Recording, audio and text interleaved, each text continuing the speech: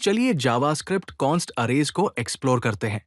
अरे इम्यूटेबिलिटी और म्यूटेबिलिटी के कॉन्सेप्ट को समझना बहुत जरूरी है। जब आप कॉन्स्ट यूज करके एक अरे डिक्लेयर करते हैं, तो इसका मतलब ये नहीं है कि अरे पूरी तरह से इम्यूटेबल है। आप फिर भी अरे के कंटेंट्स को मॉडिफाई कर सकते हैं। जैसे कि आप पुश मेथड यूज करके नए एलिमेंट्स ऐड कर सकते हैं, या फिर एग्जिस्टिंग एलिमेंट्स को उनके इंडेक्स से रेफर करके चेंज कर सकते हैं। लेकिन आप क्या नहीं कर सकते वो ये है कि कॉन्स्ट वेरिएबल को एक नए अरे से रीअसाइन नहीं कर सकते। ऐसा करने की कोशिश करने पर एरर आएगा। चलिए कॉमन अरे म्यूटेशंस के बारे में और जानते हैं। जबकि कॉन्स्ट से डिक्लेयर किया हुआ अरे रीअसाइन नहीं किया जा सकता, इसके कंटेंट को मॉडिफाई किया जा सकता है। कुछ बिल्ट इन मेथड्स हैं जो अरे को डायरेक्टली चेंज करते हैं। इनमें पुश और पॉप जैसे मेथड्स हैं जो अरे के एंड से एलिमेंट्स ऐड या रिमूव करते हैं। इसी तरह शिफ्ट और अनशिफ्ट अरे के बिगिनिंग से एलिमेंट्स ऐड या रिमूव करते हैं। स्प्लाइस मेथड भी है जो अरे में किसी भी पोजीशन पर एलिमेंट्स ऐड या रिमूव कर सकता है।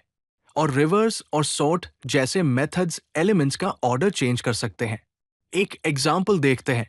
अगर हमारे पास फ्रूट्स नाम का अरे है जिसमें एप्पल और बनाना वैल्यूज हैं, तो हम पुश यूज करके एंड में ऑरेंज ऐड कर सकते हैं और अनशिफ्ट यूज करके बिगिनिंग में ग्रेप ऐड कर सकते हैं। हम पॉप यूज करके लास्ट एलिमेंट और शिफ्ट यूज करके फर्स्ट एलिमेंट रिमूव कर सकते हैं। रिजल्टिंग अरे एप्पल और बनाना होगा। ये याद रखना जरूरी है कि जबकि ये म्यूटेशंस अलाउड है, पूरे अरे को रीअसाइन करना नहीं। अब बात करते हैं object dot freeze method use करके अरेज को फ्रीज करने के बारे में। अगर आप ये श्योर करना चाहते हैं कि आपका अरे सच में इम्यूटेबल है, मतलब वो चेंज नहीं हो सकता, तो आप ऑब्जेक्ट डॉट फ्रीज यूज कर सकते हैं। जब अरे फ्रीज हो जाता है, तो वो किसी भी मॉडिफिकेशन को रोकता है। आप पुश यूज करके नए एलिमेंट्स ऐड नहीं कर सकते, एग्जिस्टिंग एलिमेंट्स रिमूव नहीं कर सकते, या फिर एग्जिस्टिंग एलिमेंट्स की वैल्यू चेंज नहीं कर सकते। ऐसा करने की कोई भी कोशिश स्ट्रिक्ट मोड में टाइप एरर देगी, या फिर नॉन स्ट्रिक्ट मोड में साइलेंटली फेल हो जाएगी। ओरिजिनल अरे अनचेंज रहेगा, तो अरे को फ्रीज करने से वो कंप्लीटली रीड ओनली हो जाता है, जो कि कई केसेस में यूजफुल होता है। ये अरे में एक्सीडेंटल चेंजेस को रोकता है। चलिए डीप फ्रीजिंग अरेज के कॉन्सेप्ट को एक्सप्लोर करते हैं।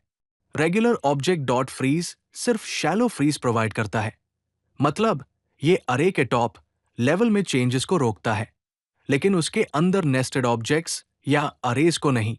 अरे को डीपली फ्रीज करने के लिए आपको रिकर्सिवली ऑब्जेक्ट डॉट फ्रीज को सभी नेस्टेड ऑब्जेक्ट्स और अरेज पर अप्लाई करना होगा। यहां हमारे पास डीप फ्रीज नाम का फंक्शन है जो ये रिकर्सिवली करता है। ये पहले अरे को फ्रीज करता है और फिर ये हर आइटम को आइटरेट करता है, और अगर वो आइटम ऑब्जेक्ट है और नल नहीं है, तो ये उस आइटम पर डीप फ्रीज कॉल करता है। इसका मतलब है ये सभी नेस्टेड ऑब्जेक्ट्स या अरेज को फ्रीज करता है। डीप फ्रीज के साथ आप अरे के किसी भी लेवल पर चेंजेस को रोक सकते हैं। तो अगर आपके पास ऑब्जेक्ट्स का अरे है जिसमें डेटा है, तो डीप फ्रीज करने के बाद आप नेस्टेड ऑब्जेक्ट वैल्यूज को चेंज नहीं कर पाएंगे या अरे में और ऑब्जेक्ट्स ऐड नहीं कर पाएंगे।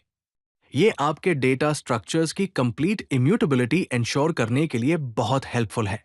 याद रखें कि regular object dot freeze shallow होता है और कंप्लीट इम्यूटेबिलिटी के लिए डीप फ्रीजिंग की जरूरत होती है।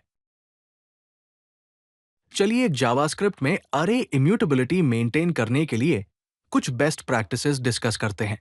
अरेज को डायरेक्टली मॉडिफाई करने की बजाय आपको हमेशा नॉन-म्यूटेटिंग मेथड्स यूज करके नए अरेज क्रिएट करने चाहिए। जैसे कि स्प्रेड ऑपरेटर, 3 डॉट्स यूज करके नए अरेज क्रिएट करें। अरे के ट्रांसफॉर्मेशन के लिए मैप यूज करें। अरेज के सबसेट्स क्रिएट करने के लिए फिल्टर यूज करें, और दो या दो से ज्यादा अरेज को कंबाइन करने के लिए कॉनकैट यूज करें। ये मेथड्स हमेशा नए अरे इंस्टेंसेस रिटर्न करते हैं और ओरिजिनल अरे को अनमॉडिफाइड छोड़ देते हैं। दूसरी तरफ कई एंटी पैटर्न्स हैं जिनको अवॉइड करना चाहिए, जैसे कि एलिमेंट्स ऐड या रिमूव करने के लिए push, pop, shift, unshift use करना। साथ ही अरे एलिमेंट्स को उनके इंडेक्स से रेफर करके डायरेक्टली मॉडिफाई ना करें और अरे से एलिमेंट्स ऐड या रिमूव करने के लिए स्प्लाइस यूज ना करें। याद रखें, ट्रांसफॉर्मेशन के लिए प्योर फंक्शंस यूज करना हमेशा बेहतर है और शुरू से इम्यूटेबिलिटी के बारे में सोचें। जब इम्यूटेबिलिटी एक स्ट्रिक्ट रिक्वायरमेंट हो तो आप एक्स्ट्रा सेफ्टी के लिए ऑब्जेक्ट डॉट फ्रीज यूज करने पर विचार कर सकते हैं। इन प्रैक्टिसेस को फॉलो करके आप ज्यादा प्रेडिक्टेबल और मेंटेनेबल कोड लिख सकते हैं। अगर आपको ये वीडियो पसंद आई तो लाइक बटन जरूर दबाएं और चैनल को सब्सक्राइब करना न भूलें। ऐसे ही और यूजफुल कंटेंट के लिए codelucky.com पर जरूर विजिट करें।